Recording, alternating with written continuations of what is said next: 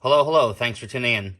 Today we're going to look at which filter is the best for your 2010 plus Cummins 6.7 turbo diesel found in the Ram 25 and 3500s.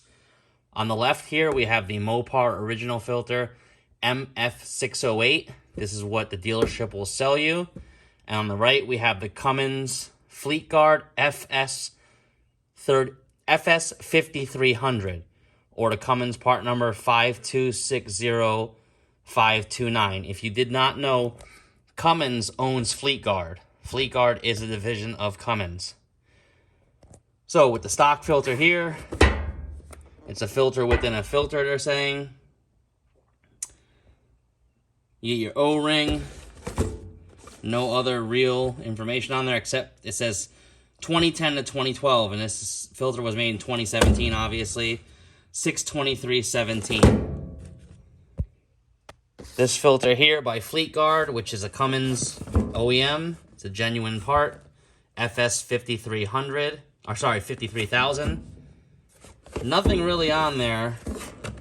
One thing though, it does say Cummins filter new. This is the new style filter. So basically, the one you're going to want to run in your 2010 up is going to be this one by Fleet Guard.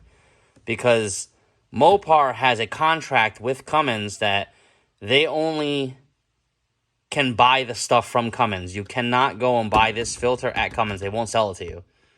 But this is the crossover for it. And we'll show you why this one is better. We're going to get the two filters out. As you can see, they are identical in every way. Except for the labeling. They come with a gasket and everything. On top here, this left one here is the OEM one you would get from the dealership. And this one right here is the Fleet Guard by Cummins. They both have the Cummins stamp on it. Right there and right there. The major difference you're going to have here is the Mopar one is a 5 micron filter. The Fleet Guard one is a 3 micron filter. So this one filters almost twice as better.